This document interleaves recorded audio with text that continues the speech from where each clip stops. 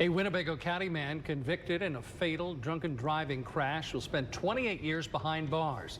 This afternoon, Brian Sipple received that sentence in Fond du Lac County Court. Now, back in January, Sipple pleaded no contest to homicide by intoxicated use of a motor vehicle. It's connected to a 2023 crash that killed Mike Hoffman and seriously injured his wife, Julie. Fox 11's Emily Matesic has the latest. An emotional day in court as both family and friends of Mike Hoffman, the victim, and Brian Sipple, the suspect, pleaded with the judge. One side asking for leniency while the other wanted a stiff penalty. My son is gone forever. My grandson lost his dad. My daughter-in-law lost her husband, and she will never be the same. Brian is a kind, caring individual. He would never, ever intentionally hurt anyone. This was an accident. But that's not what Fond du Lac County District Attorney Eric Toney argued. He told the judge Sipple was driving 90 miles per hour just seconds before crashing into the small SUV Mike Hoffman and his wife were in. Julie Hoffman telling the court about the pain and suffering she's endured since the crash and the lifelong impact it will have on her, especially after the loss of her husband. I loved him so much. We were a team, and he understood me better than anyone else. I lost my best friend,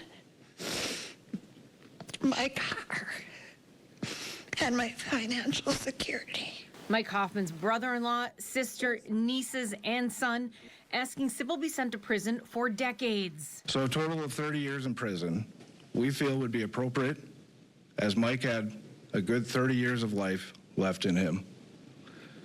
And Julie, she'll be dealing with the medical and financial issues caused by Brian for the rest of her life. In addressing the court, Sipple said he doesn't remember the crash. He admitted to drinking that day, and he knows he has no one but himself to blame for what happened. No words I can say to the Hoffman family will take away their pain and losses of that day. Nothing I do will bring Michael Hoffman back. I can and will continue to pray for the Hoffman family and do all I can to make something good from this tragic accident. The judge, in handing down her sentence, said there are no winners and her decision will not bring Mike Hoffman back, but she does believe that Brian Sipple is remorseful.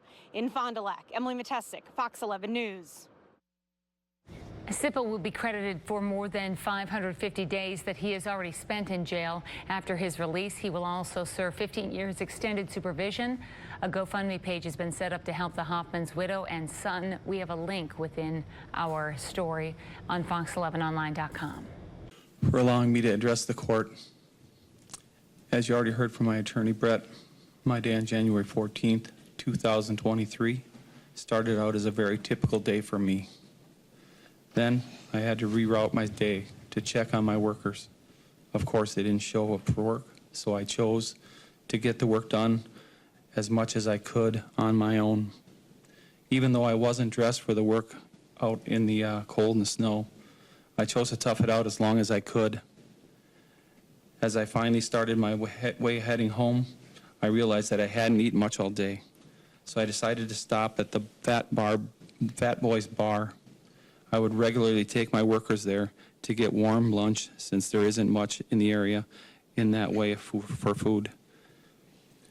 I got there about 3 o'clock to grab a bowl of chili and to warm up a bit before I headed home for the day.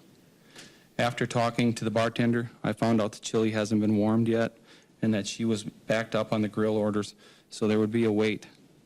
Instead of waiting, I chose to order a Bloody Mary and figured that I could eat the condiments in that Bloody Mary and that would hold me over till I got home.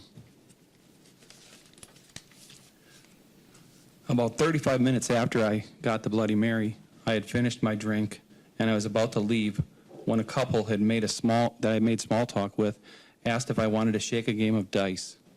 I agreed to move down toward them. This is the last memory of that day, except for waving at a nurse to say I needed to use the bathroom, and a few seconds as I was wheeled downstairs in the hospital to a foyer by the exit doors by a police officer who said my son Brandon was coming to get me. From the impact of the accident, I received injuries to my left hand, left wrist, my shoulder. My head hit something that caused me to have a very bad concussion, and the neck pains I got.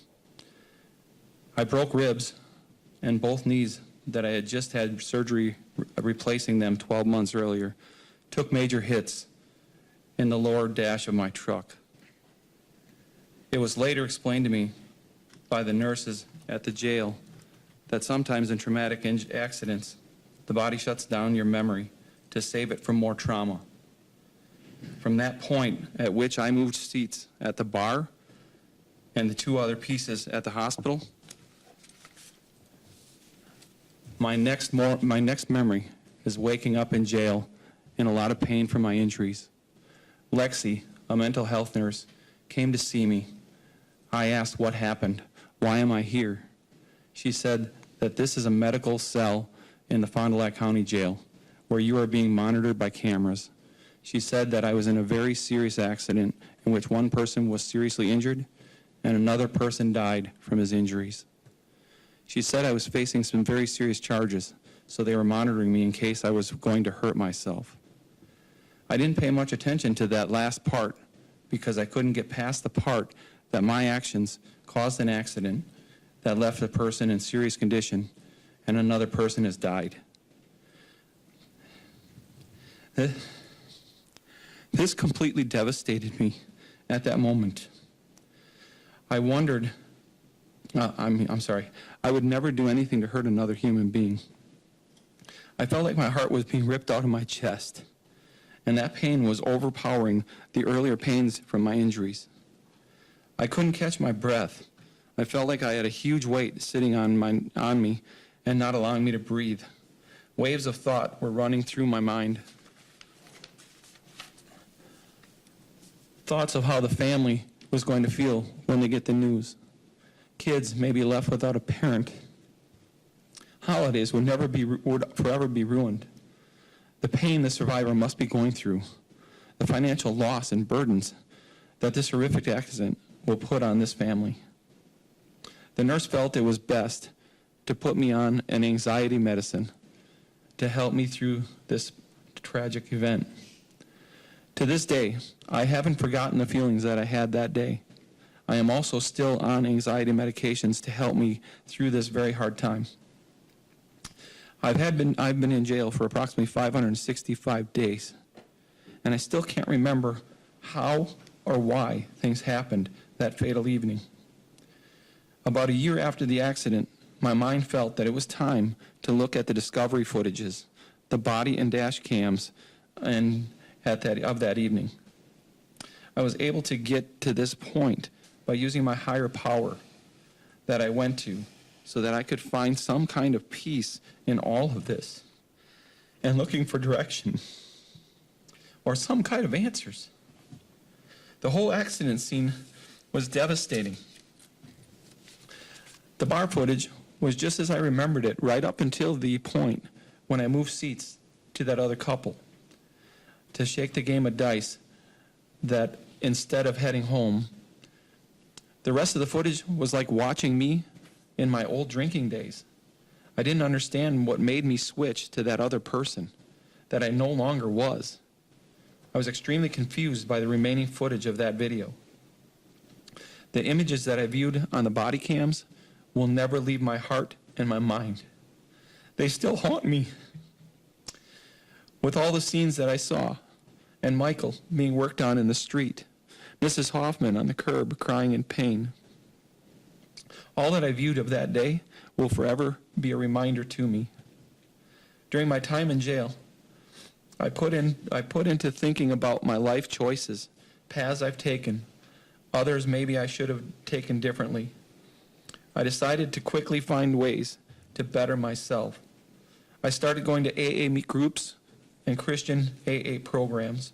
I started reading the Bible and finding my higher power to help me through this. Some of my routine prayers I would ask were that my family was looked after since I'm not there to take care of them. That my family and friends in heaven know that I love them and miss them very much. I always pray for and wish that I could somehow lessen the pain and suffering for the Hoffman family. I prayed many times that I would trade places with Michael, and I would do that in a heartbeat. Excuse me.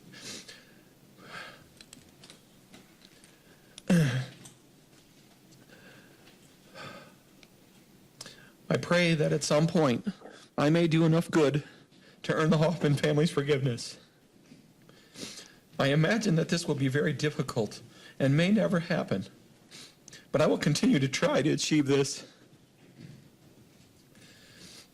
I would ask my higher power to show me the path he has for me, since he chose to spare my life on that horrible day. I will continue to have these prayers in my normal routine of prayers as long as I live. I have begun to start a process of self-improvement any way that I can.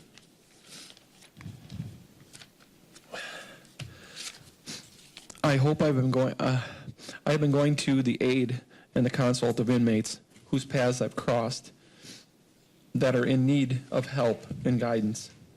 Sometimes they just need someone who will just listen to them as well so they can get things off their chest. Other times they need some guidance to get them to a better mindset. I've even brought many of the inmates to me to AA programs so that they too can get the help that they need. In some ways, I feel I may be here to give comfort to other inmates in their times of need, help them through their tough legal times, and try to help them get back to their best possible life. I still keep in touch with many of the inmates that our paths have crossed and who have made good impressions on me so that I can continue to help as much as I can to see them on their journey. Many I even now call friends. I've learned a lot from AA here in jail. I realized that I still have much more to learn. It's taught me that once you're an alcoholic, you will always be an alcoholic. Trying to get sober on your own will only last so long. With AA, you're taught to find your higher power. You're taught to share your story, hear others share theirs. Find ways that work for you to get past your addictions. When you feel vulnerable, you have people to go to so you can get through it together. You get a sponsor who helps you through the rough times and to guide you on a path that works. I wish that part of me in getting my license back on my second DUI, instead of them going to have me do a DUI course. I wish that they would have made me go to a number of AA group meetings in order to get my license back, so that I could have been given ways to apply working methods that may have helped me to keep this event from even happening.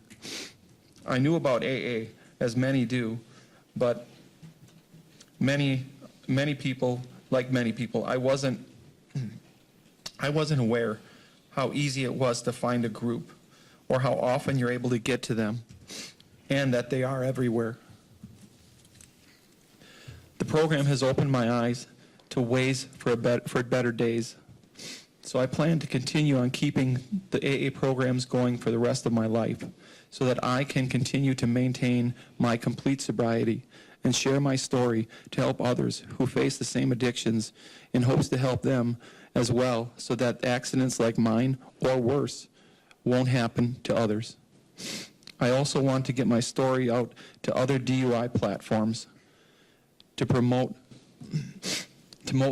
awareness, so that way people know how just one wrong choice can not only change your life, but the lives of others in a single moment. I would like to speak to schools and help build the awareness there at an earlier age. Plus, visit the DUI courses to share more options to those facing similar situations in hopes to change the course that they are already heading down. Back when I was at my worst with drinking, I wasn't an everyday drinker. It was really, I almost never even kept alcohol in my home. It was usually worst and when tough times hit me, and I used the alcohol to take the stress or the bad times away.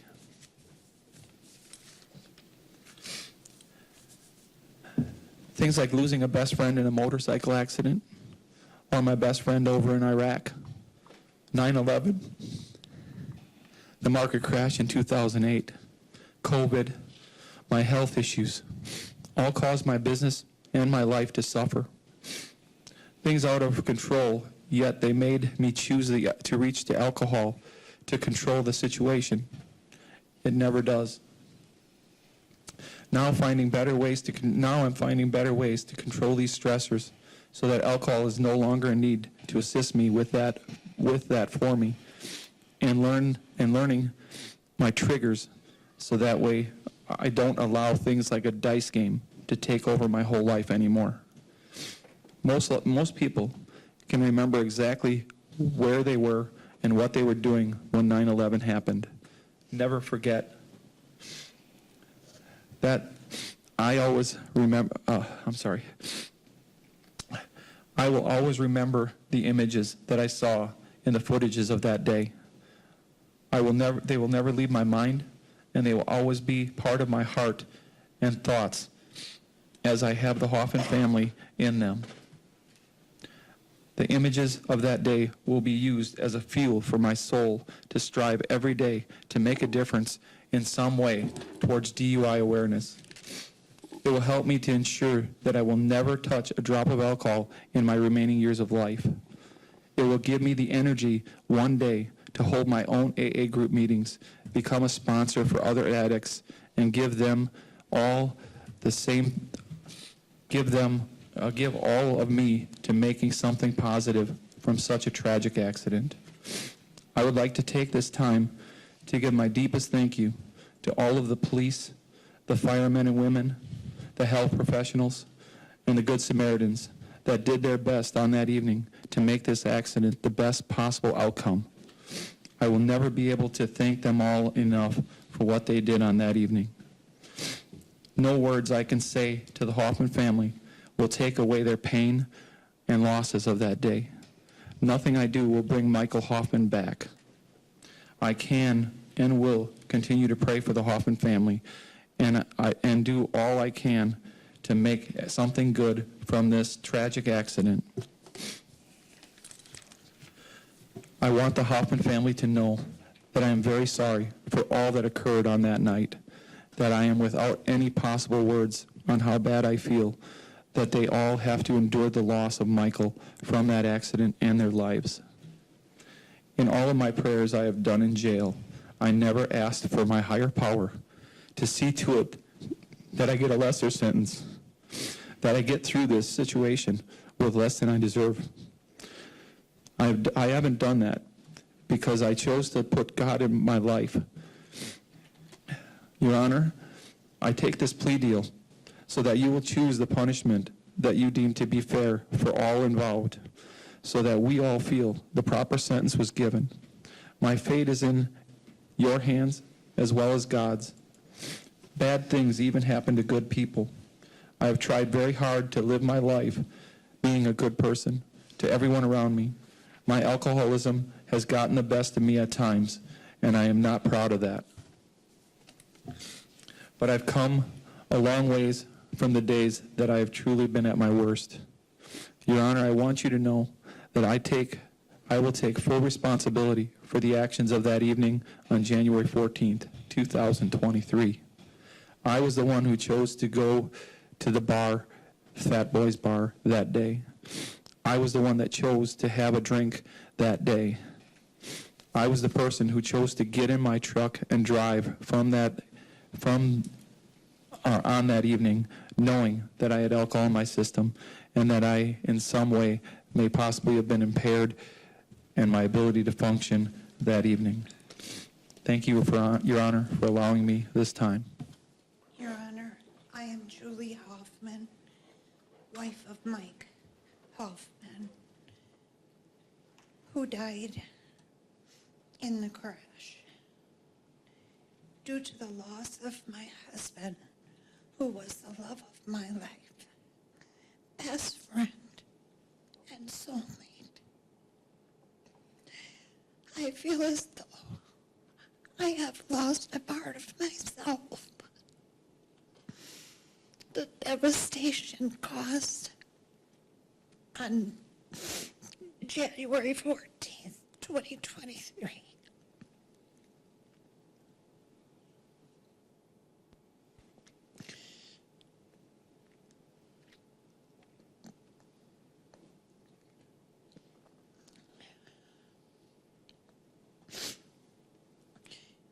It will affect me for the rest of my life.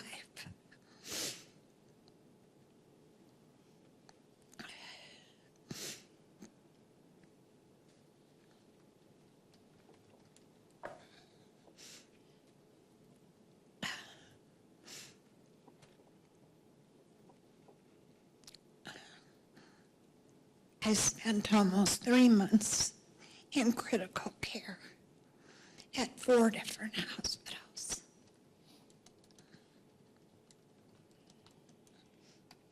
And on the 3rd day,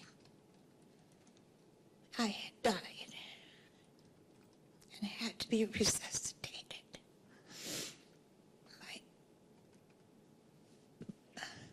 My injuries I suffer from PTSD. My head was cut open from ear to ear. My collarbone was fractured, my femur, my knees, and my cognitive ability have noticeably declined. Trauma has caused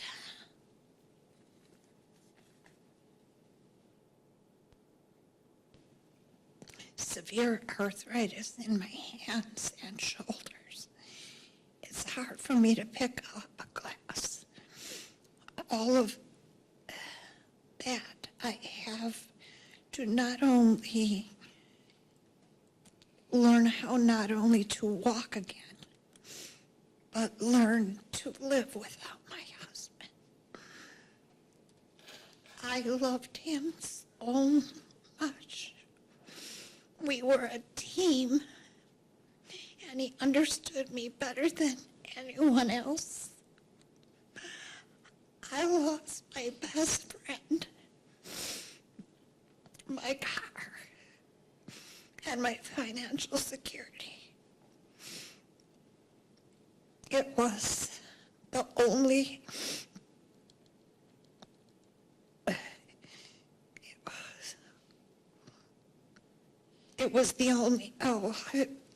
we lost our house.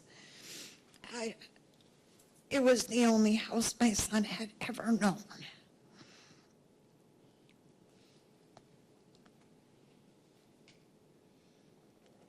Over the years, we remodeled every room in our house, and it was our sanctuary.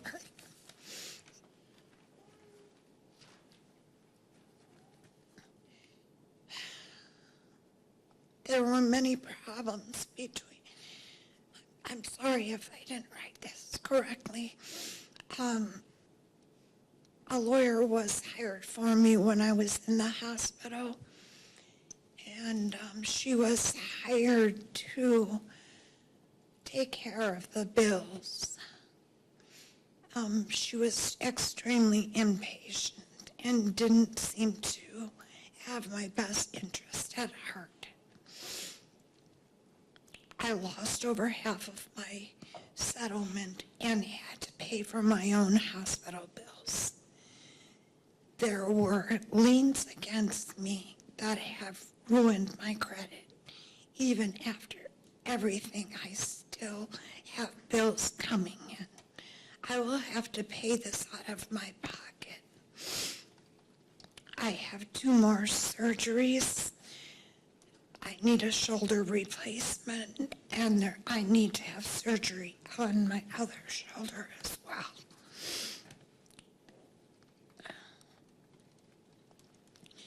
My husband was the hardest worker I had ever known, and he was the kindest man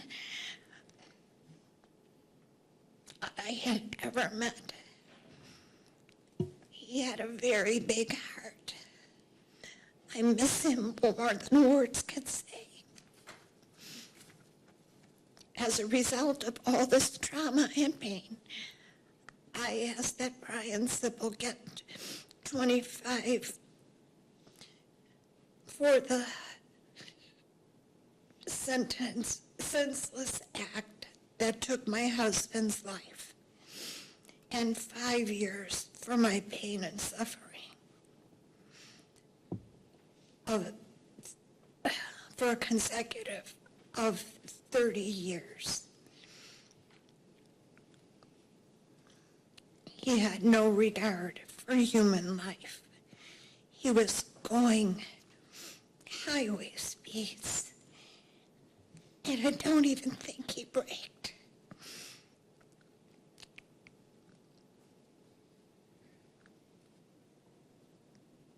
The doctors and anyone who saw me in the hospital all agree that it's nothing but a miracle that I survived. Your Honor, my husband will be forever missed, and I will never be the same. I can see the pain etched on every single person's face in this room. The loss of Michael Hoffman is a loss to his family, to his friends, his community. Those who spoke made that clear. I can see it on the people who are here sitting on that side of the room, that their pain is evident. I see the people who are sitting here for Mr. Sipple. I see their pain as well. I see the love they have for him. I see that they are asking the court not to judge him on one event. I see that Mr. Hoffman's family and Mrs. Hoffman are saying their lives are changed forever by the loss of a good man, loss of a loved one, the pain that Ms. Hoffman feels on a regular basis. The attorneys are correct. There are no winners here. There is no sentence that will bring back Mr. Hoffman, that will take away Ms. Hoffman's pain.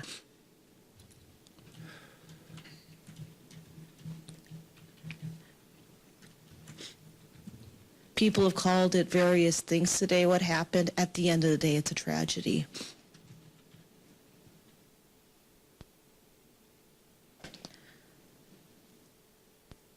I am so sorry for everyone's pain here.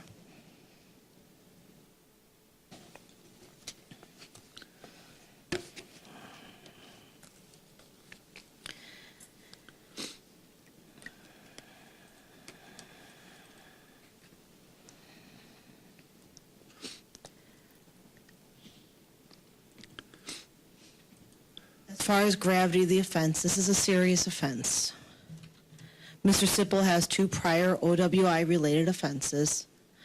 At the time of this offense, the previous one was nearly 20 years old.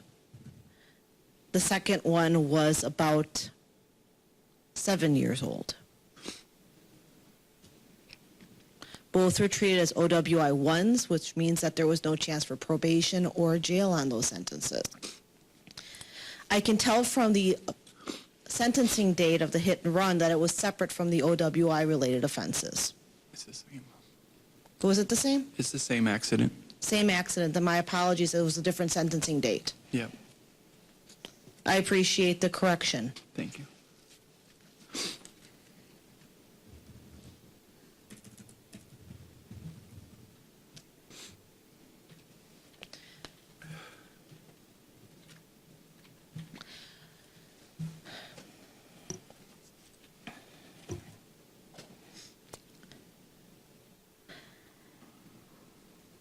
As far as that seriousness of the offense, everybody has touched on that.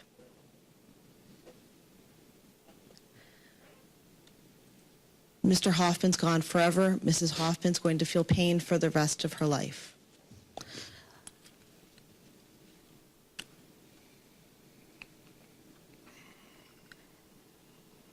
I agree with both the attorneys. Mr. Sipple did not wake up that morning and intentionally think, I'm going to end someone's life today. I believe his family, when they speak of his positive behaviors, his willingness to help people,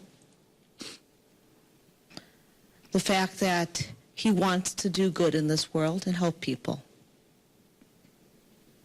And I think that all goes to character of the defendant. He probably has a lot of people that could have additionally sat up there today and spoke. I know for many people it's difficult to speak in public.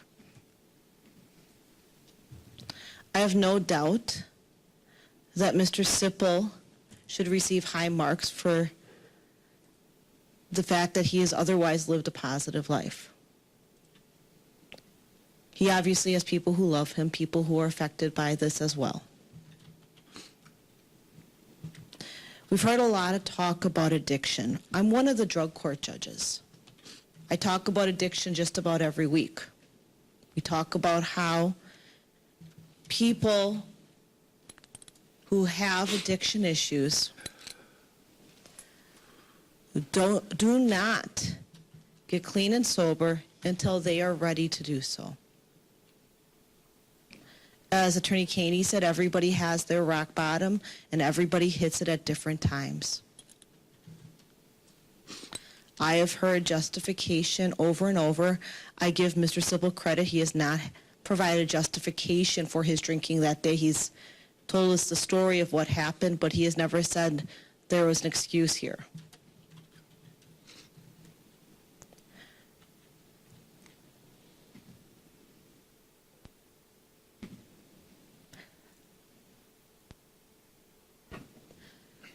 There's obviously treatment needs. Mr. Sipple has begun to address his treatment needs while in custody. And that's to his credit because we certainly have people who sit in custody and do nothing. We have people in custody who attempt to use. Certainly people attempt to make alcoholic drinks while they're in custody. That does not seem to be the case here. I've read the pre-sentence investigation, and it indicates the only violation was,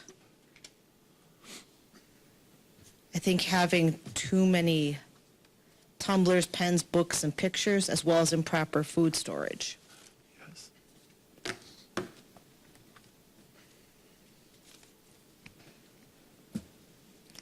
I would still note a high need for treatment. I would agree. Mr. Sipple has had a long history with alcohol.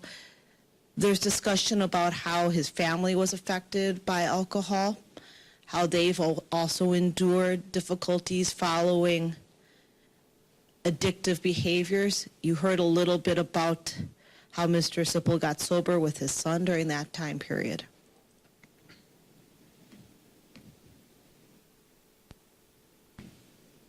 There's also a need to protect the public. Mr. Sipple should never have been on the road that day. By the people who are sitting in this room, that tells me there's people that would have come for you, Mr. Sipple. You're right. There's people who would have come out if you had waited and called. There are people who cared enough to show up today when you're probably feeling at one of your lowest points, that I think also would have showed up if you had said, hey, I need help today. I should not drive. I should not take that risk. I also recognize that that was probably not a thought process that went through your head that day. I'm guessing from all the statements, the documents that the state has provided, and the pre-sentence investigation report, which I've read many times, that your level of inebriation was high enough that you were not making choices in a positive way.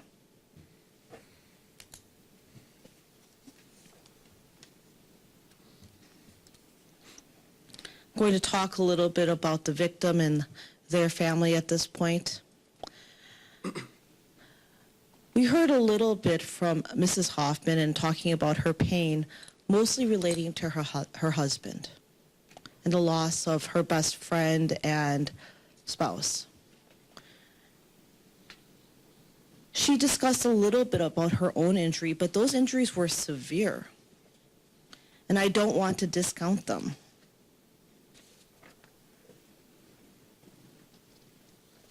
She died on the table. She had multiple rib fractures. She had multiple fractures in other areas, including her femur and clavicle. You could see here today that she was shaking. Another person in her family mentioned that that's ongoing. And the financial impact was also devastating. The loss of a home that she shared with her husband and her son, as well as the emotional repercussions of losing somebody she loved very much. For Caleb, this was also difficult. As a young man, he had to endure a great tragedy and also navigate the difficulties of caring for his mother. I recognize that, I see that.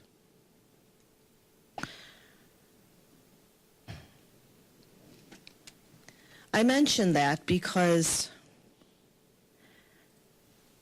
there's been a lot of discussion about what a wonderful person Mr. Hoffman was and how he cared for all these people and how he made their lives better. And I wanted to take the moment for the court to recognize the people in the gallery who are struggling with their pain, struggling with the loss they have endured.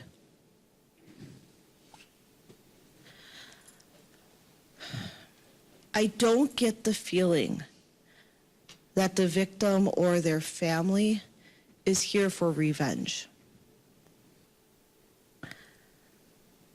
I get the feeling they're here with some fear. They're here with fear that this was preventable. They're here with fear that this could happen to somebody else. I understand that. I wish I was clairvoyant. I wish I could look into the future and tell everybody if I made decision A, that would keep our community safe at all costs.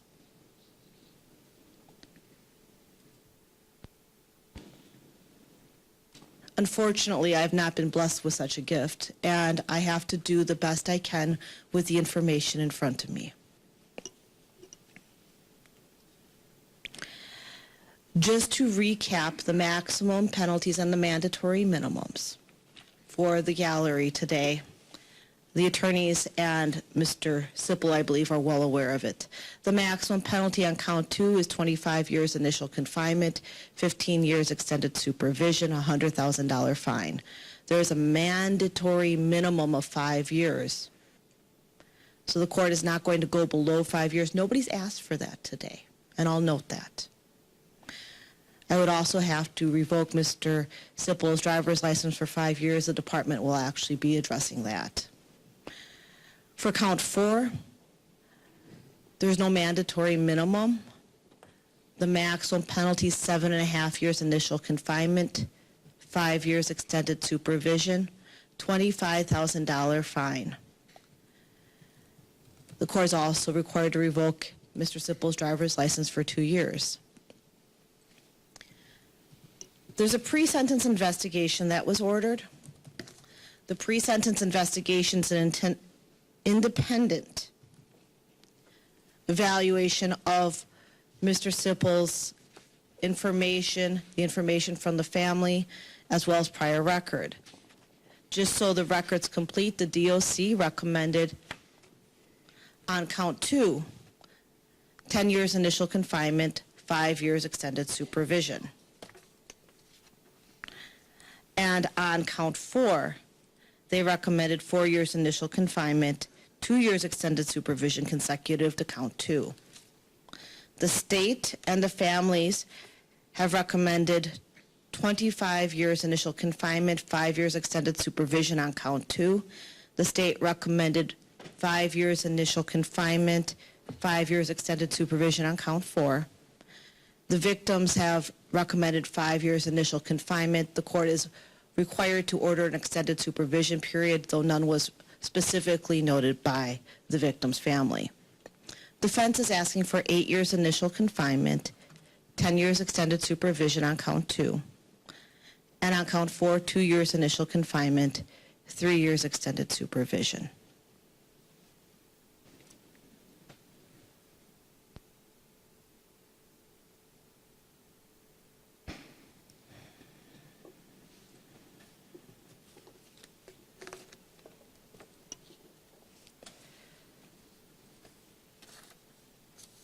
What's evident to me is that Mr. Sipple never should have been on the road. The documents that the state has provided showing how fast Mr. Sipple was going shows reckless behavior that night. He was driving extraordinarily fast. There's no braking. I think that defense's position that Mr. Sipple likely passed out is highly likely.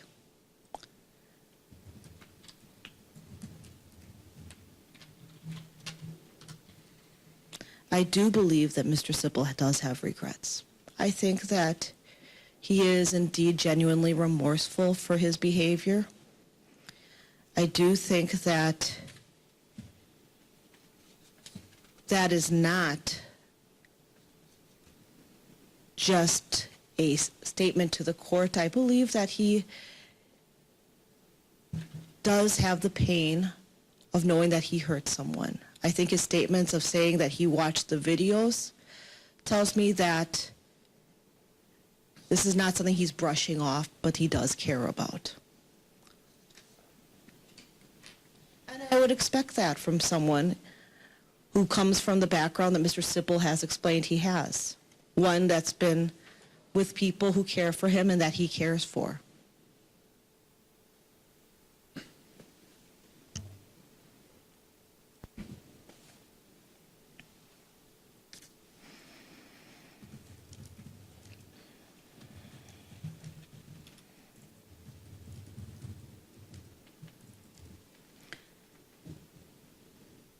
This is not an easy sentence. And it won't be easy for anyone.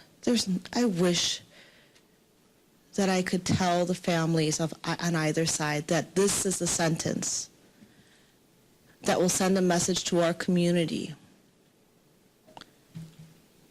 that this behavior cannot continue, that this is the behavior that will guarantee that somebody in Mr. Sipple's position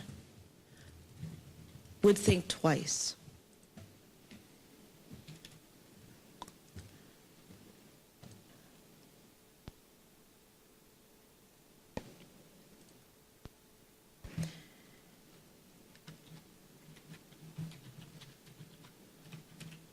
What I know happened that day is that it wreaked havoc on many people's lives, both the victim's family and the defendant's family.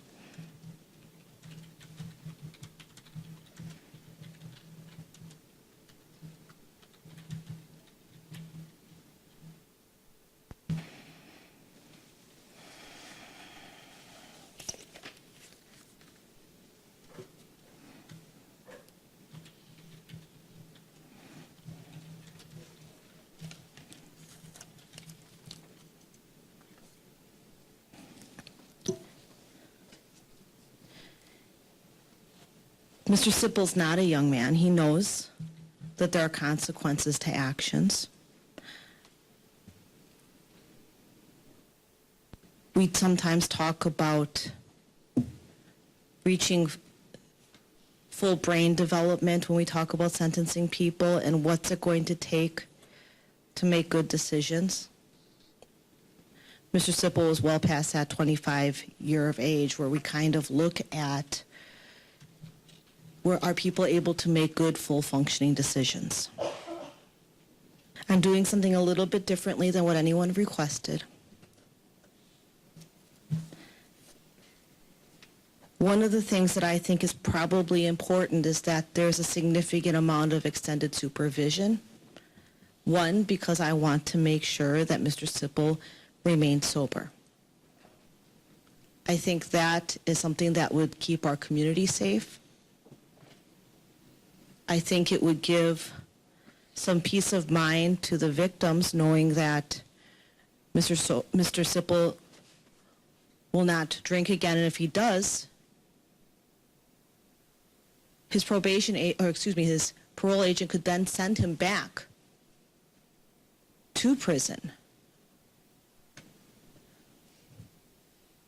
And I think that's important because at some point Mr. Sippel is going to be released. And if there's not extended supervision of a significant amount,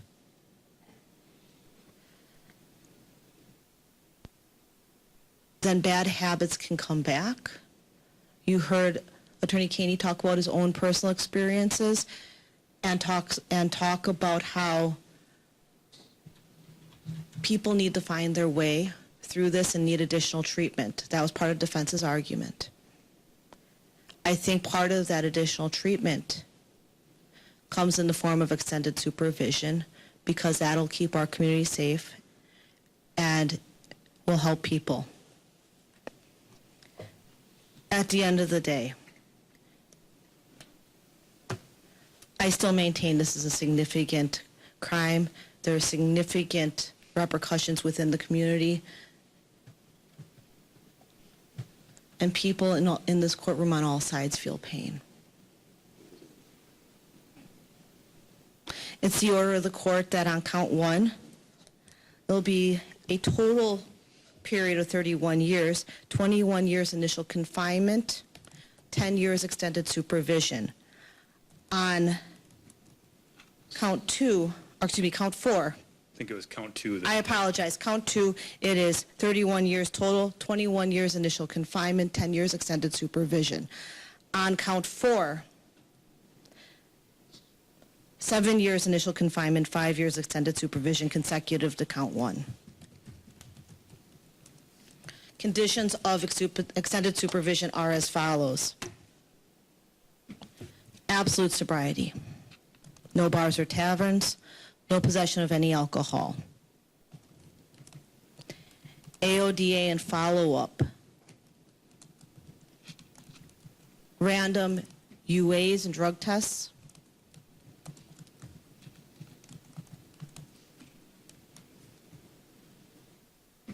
Additional assessments and treatment per agent.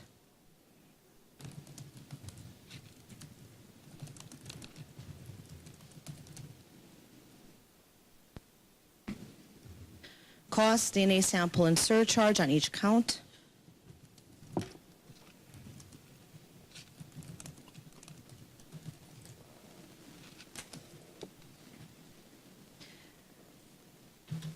Based on the offense,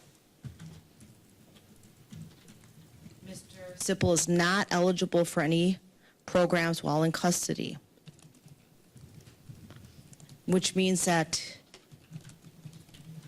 he would not be eligible for early release under challenge incarceration or substance abuse programming.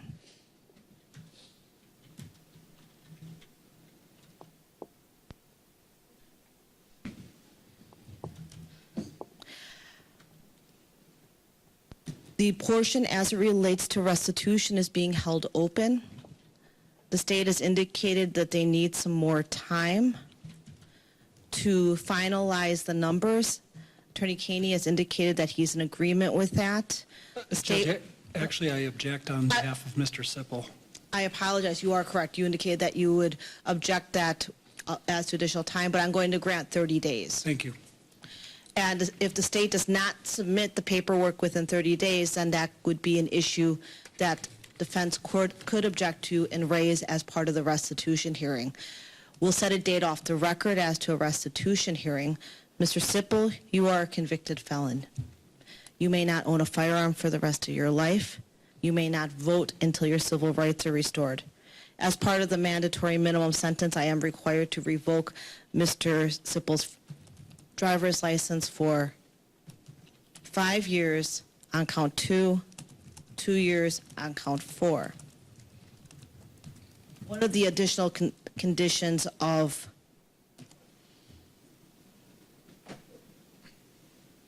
extended supervision, I believe the court can order 3 years of the ignition interlock device. I'll order that begin as part of the requirements of count 2 and count 4.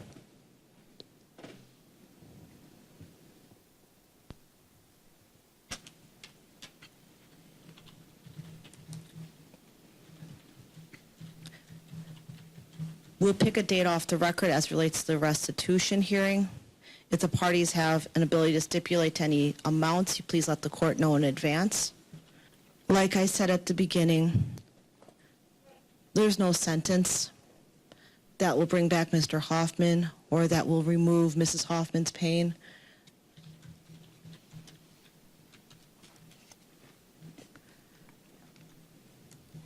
I do believe that Mr. Sipple's remorse is sincere. I also believe that this was a significant offense that required significant time in custody. I appreciate the gallery's behavior today. I understand that people within the gallery may be upset on either side. I would ask that you continue to show the same respect to each other that you've shown today as you leave the courthouse. Everybody here, I recognize, is in pain. I would ask you to extend that grace to each other as you leave today. Is there anything else from state? Your Honor, just on restitution, the 30 days for anything in addition to what's already been filed.